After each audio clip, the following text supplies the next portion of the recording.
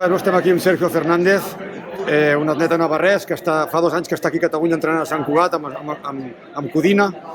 Ha sigut una pena, s'ha quedat a unes 2 dècimes d'entrar, però ha fet una temporada, jo crec que molt bona. La llàstima és que ara, després de tot això, pues, queda un poco amargo, ¿no? Las sensaciones ahora, en este momento, ¿no?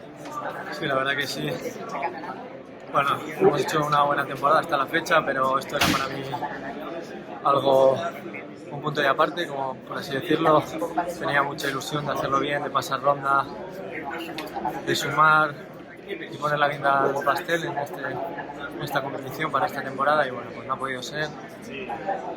Decepcionado conmigo mismo en primer lugar y satisfecho, desde luego. Quizás cuando todo acabe pues lo valoro de otra manera, pero a día de hoy es lo que siento ahora mismo. Tengo ganas de estar a solas y cocinar un poco en mi cabeza todo lo que ha pasado y ver un poco con amplitud todo y bueno, y sentirme conmigo mismo. Bueno, nosotros creemos que es una reacción de campeón normal la tuya.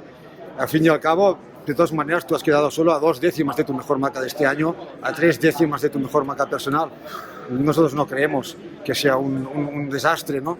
Pero evidentemente en estos momentos tu cabeza, pues, es esto, ¿no? Lo que pasa.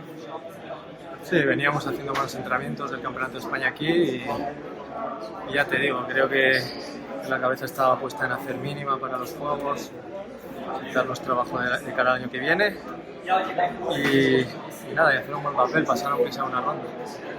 Pero bueno, ya está, hemos hecho lo que hemos podido. Yo lo he dado todo desde principio a fin, con lo que tiene relación con el entrenamiento y lo que no tiene relación con el entrenamiento directamente, todo lo que es cuidar la alimentación, el descanso.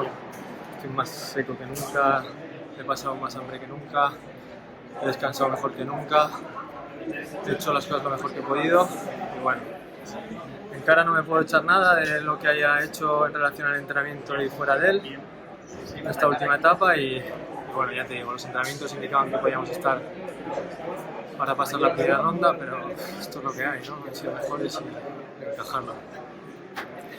Pues muchas gracias, te felicitamos por esta temporada y muchos ánimos para superar esto último que has pasado hoy.